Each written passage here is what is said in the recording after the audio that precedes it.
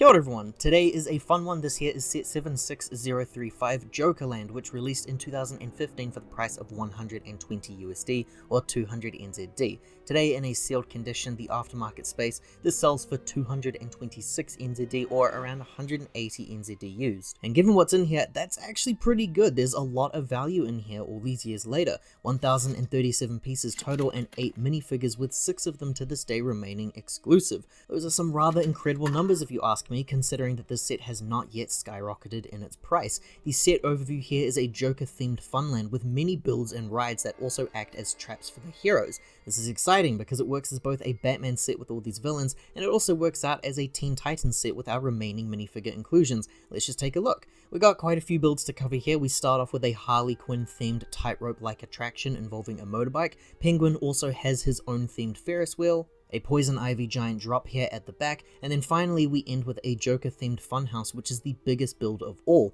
On top of that, we have some added little extras like a carnival build here, as well as a Batmobile vehicle. It's really quite a lot on display here, at the cost of everything being just a little bit basic in its build methods in order to have as many inclusions as possible. We start here with our extras and cover everything in the order that you build them in. This here is the Poison Pool Chamber, which is interactive with the main chunk of the build. It's very simple in its design, but a stellar execution here. Clear container-like parts here build the dome piece, and we've got some greens used inside to represent the poison swashing around there. Sticker details on the sides too, so to add some cool dynamics on display here, a dead fish appears and many cartoony looking bubbles. Very cool effect for the display overall. Our second build here is a cannon. It's been labeled the Shoot-O-Matic through a sticker design. It's built on some wheels here, and it features a well-built design so that the cannon can function like so. It fits the theming really well, and the vibes of the set feel reminiscent to me of that classic era of Batman cartoons and comics. Lately he's been feeling more and more grounded in tone, so I love having this type of a setting.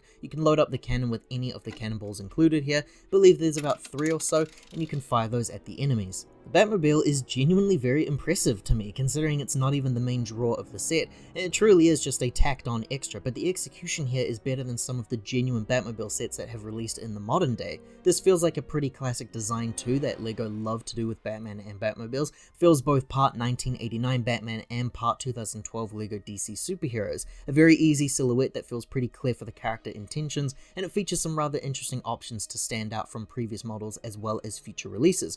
Areas that shine for me are like the front here with the turbine part to represent that front end of the car. We have missiles here loaded up, which can be triggered by pressing down on these buttons up top. It's always my personal preferred method of firing these type of flick fire missiles. They cause Joker to go flying, and once you've shot him once, make sure he stays down. Classic Batman move. He also features some stud shooters located at the back of the car, which again can be used against the Joker, and once again, you gotta make sure he can't walk afterwards. It's not perfect to me though. I don't really like this chunk here of what feels like missing segments. I like the grills that are used, but it feels rather clunky to me. Some classic wing pieces are used here, which I don't think are used as much these days on Batmobiles, but these were placed on basically every single Batman design set back in the day. I destroy a segment here so that I can show you this big chunky piece here, used for the shaping, which I thought was pretty cool. I believe it's used on like the airplane models. You can remove the window here to enter the driver's seat. Very simple, but the colors are really nice to see. Added yellows here really sell it for us. Inside we have a sticker of Joker and a map that showcases his location. It's pretty cool. I like this build a lot more than the $100 Batmobile set that I covered this year. Harley's little motorbike trick is next. It's a type of build that never really does it for me, always feels kind of flimsy, and because the feature needs it to be so, it makes it pretty hard to move around and display. We have here Harley Quinn, and the execution of how the bike works is really cool. I think it's a clever idea for the bike to be used in this manner, and amazing that it doesn't require some other build method to be pulled off. All this works through simple Technobricks that hold the bike and attachment in place. The first chunk here is rather simple. We've got some bins on fire. I would have thought the height alone would have been enough to traumatize Robin, you know, the parents and all, but the fire is just a nice added touch here. There's nothing inside these bins though. The other side here is built the same way. I always love the use of these lattice structure pieces here. This is the segment that features the pushing function for the bike, Harley's wheel, a fire sticker sign up top here, and pushing down releases the bike onto the track. The bike is the classic one. I was told that this being printed in white was a special occasion or something, and you can see that Robin just attaches there to the end by his legs, and then he can go flying around. Hooking this up with the track is rather cool. We now have our parts all ready to go. Moving it around myself, it does work, it just needs some careful attention here because the wheels just kind of go flying off. Already I can see where this is going, but we'll try the feature anyway. You line the bike up and you flick that switch, it doesn't even make it past that sign, manually having to push her now instead. Height does have a good deal to do with this sort of thing though, so we're moving it past the filming space here and entering my domain. It should give us the needed momentum to get going. And once again, we load up the gimmick and we release her to some slight improvement. Like I said, she does go off the track most times. And second now, a little bit more.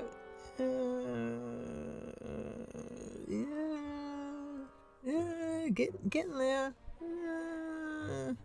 It looks like that's about where she's going to have to call it. So it does require a lot of trial and error, because sometimes it actually does work. She can slide down just fine, and other times it's a bit of a struggle to get her there. I like the idea ultimately, it's just the execution doesn't really work for me. I wish it did though, looks pretty cool. We then move on to the giant drop here, which is a ride style that I love in real life from theme parks, so it was always just going to be made for me here. Ivy themed too, so it reminds me a Little Shop of Horrors. It's awesome to see. A really good color scheme with the darker greens being used here and the lighter tones as the base. The mouth of the plant here can move around the top half and the lower half, so you're free to mix and match however you see fit. A minifigure can also fit in this space if you wish. The ride has room for 3 figures to be placed here. We do have 3 titans, so that is quite helpful. In order to get this ride to operate, we first admire the carnivore fall sign up here, which is a similar sticker design to what we saw on the Harley themed ride. Ivy is here hanging off with her own vine. You simply push the sign, and like the other rides, it makes the characters drop to the ground. It's really cool. It's a really awesome feature. These are the usual favorites for me within LEGO products. It's a cause and effect like design that just works perfectly. I played around with this for quite a while, watching the free fall and the figures react here. Surprisingly easy to set up as well. It's just the lid that keeps everything here in place, and very easy to remove too, since nothing's actually holding it down. Very simple feature, excellent execution. We now move on to a pretty standard design from LEGO. This here is the Ferris wheel build. I've built quite a few of these over the years. They're all pretty similar to one another just because it is the same feature used each time. How they make the surroundings is what makes the build special from one another. These are themed to Penguin, 3 duck builds for the chairs. They're pretty good and character specific, so I like that. Another graffitied sign up top here, the Deadly Ducks, and the simple spin move here makes the chairs move round. I do love the simple design of the ice below, which feels great for representing the iceberg lounge. It even has some shark fins here swimming around, and some ice chunks are used at the back here too. Like the previous ride, 3 seats for the 3 titans, and the spinning feature is located at the back of the attraction. This here is the main segment of the build. This is Joker's Funhouse. Lots of great looking cartoon-like designs here with the big clown build and bright colors and hall of mirrors down below that entranceway. That's the coolest part for me because the stickers here just look amazing. I worry about how these will last in the future though, but for the time being this looks beautiful. We've got different color variations and teeth designs here with reflective appearances, and these mirrors are also on their own hinges, so you can move them around and rearrange them if you would like. You can see that down there at the very end features a print of Joker. Our side sections here are kept clear so that you can place other parts from the scene, like this section here where the spinning wheel can go, and the toxic tank is able to be placed underneath the slide for a play feature that we will look at later. They make a big deal out of this space here where Joker can stand because above him is a bow tie that can also be spun around and changed for some wackiness.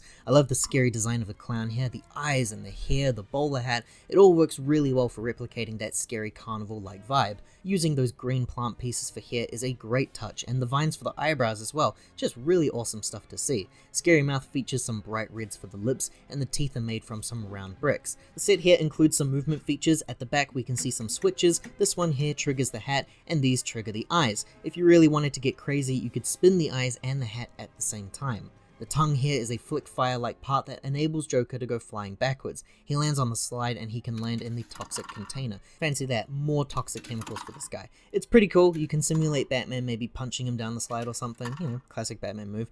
Now the minifigures here are where it's at. Altogether, this is one stellar looking lineup, and like I mentioned earlier, mostly exclusive as well. A good and bad thing in retrospect. First up here is Batman, who actually remained exclusive to this day. There's nothing too exciting here though. I think it's just a legs and torso combo is what made him special here. I believe all these parts were released in other sets, so as long as you had those other sets, you could just make this guy at home with your own collection. It's a damn good look for Batman though, I've got to say. I always really love the look of the grey suit and the black cape and cowl. That cowl piece was introduced, I want to say around 2015 or 16, and it is still my favorite one to this day. Black torso detailing and a double-sided expression of a very very angry look for Batman. Removing that cowl piece here shows us the head underneath, which uses that white strip on the head for the eyes. It was one of the last times that LEGO's printing onto darker heads would actually look acceptable by today's standards, because currently LEGO have been getting away with releasing poor quality for quite some years now. The Robin figure looks excellent. It is my favorite Robin minifigure to this day.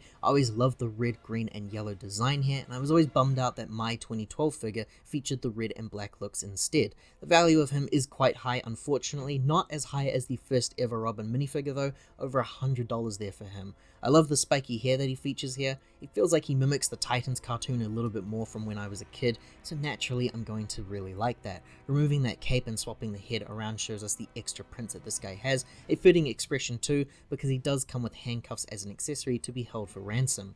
Starfire is amazing, one of the best LEGO DC figures in my collection, like most of these one-off type figures anyway. She looks incredible, the colors and the prints are stellar here for her, dual molding and vibrant pinks and purples are on full display here.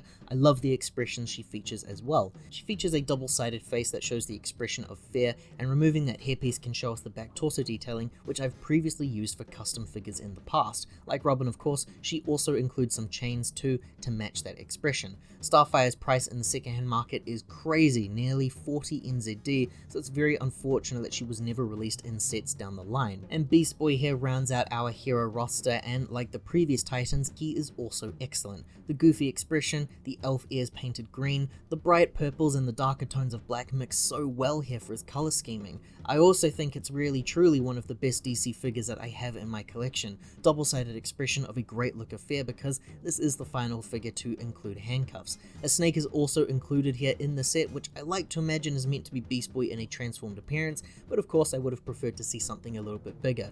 Beast Boy is also pretty pricey in the aftermarket, not as bad as the others though. Actually, more surprising is that his Teen Titans Go appearance from LEGO Dimensions is currently valued higher than the official comics look from sets. If you've been keeping track then, that means that these Teen Titans figures here have an NZ markup of almost $100 of the set's price in the second-hand market. Remember, the set itself is only worth around 180 to 200 NZD second-hand. It's crazy that half that price might just be those minifigures. Joker here I thought was the usual standard figure release, but actually he appears to be exclusive. His head appears to have only been released in this set, but like Batman, it's just a combo of parts that make him special here. That head apparently does have similar like designs released elsewhere, which I guess is why he's only worth $10 currently in the aftermarket space. It's a cool figure though. I remember when they changed that hairpiece from the amazing crazy piece to this one in 2012, it kind of just disappointed me. A pie accessory and a double-sided expression. I'm not sure which expression is the exclusive one though, one of these has been reprinted before. A very simple figure, kinda needed for a Joker themed Funland set though.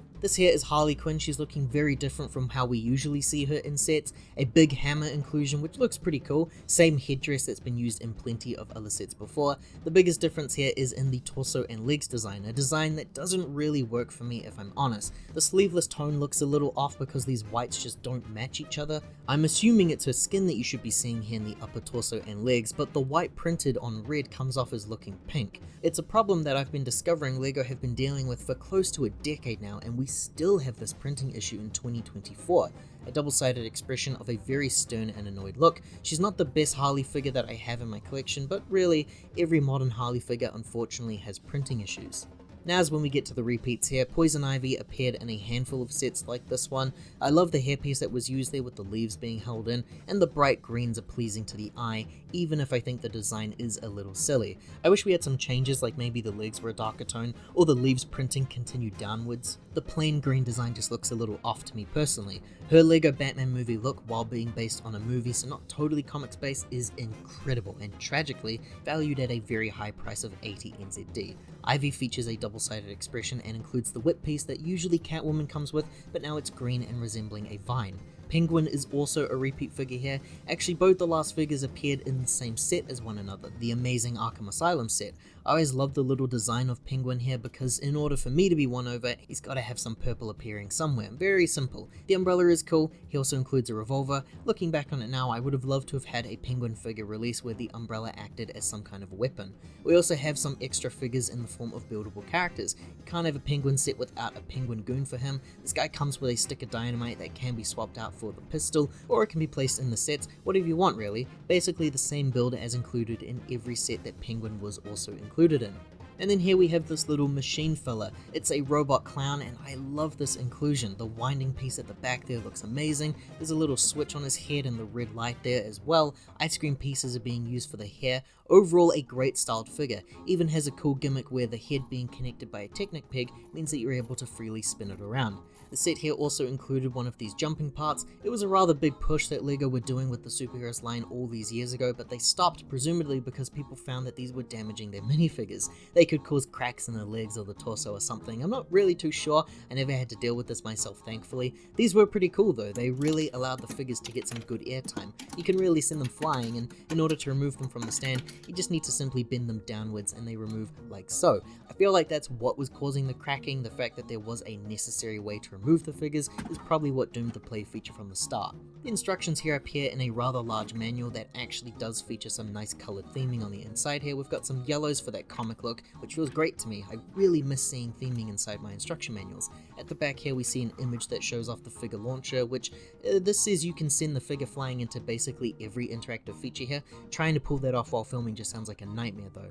We then have our inventory list before we get to see the advertisements here, which shows off the set that we just looked at, but also a Deathstroke set. An advertisement here for LEGO Club and the game of LEGO Batman Beyond Gotham, and we end with a winning prize. Final inclusion here to cover is the comic book, which was included in every superhero set for quite a few years, in which comics here showcase the story involving the sets being released in the waves. Eventually the comics ended up being shortened to just one story that featured every set released in the wave, and then eventually they just stopped this thing altogether. It was always pretty cool to read through these though, and at the back there they would advertise the minifigures that released for this wave. Overall, I really love the Jokerland set. It's one of those weird ones though where $200 at the time for an amalgamation of builds doesn't really feel as worthwhile as just a heftier $200 playset instead. I do like all of the parts included here, and the final design does look quite worthwhile, even for those minifigures alone. The worst part of this actually then is that we never did get a Raven or Cyborg in the Titan style to match these guys, partly because Cyborg was being used as a Justice League member at the time. Teen Titans Go would be produced for LEGO Dimensions and featured Beast Boy, Starfire, and this is where we would see a Raven release, but now, in this style we were missing a Robin and a Cyborg. Even the game featured appearances of those characters. Just look how good they are together. I wish this set also featured a secondary set to add the missing members there, but I love the ones that we do have at the very least. I mentioned regularly that every LEGO DC set that featured a one-off type character like this was just always a killer set. I do wish fans had more opportunities to get these guys though. It is unfortunate that the Titans remained exclusive here. If you enjoyed this review of an older LEGO DC set, liking this video and subscribing to the channel does help to support us here for more future videos like this. Thank you for watching everyone, take care, ka kite ano, I'll see you all later.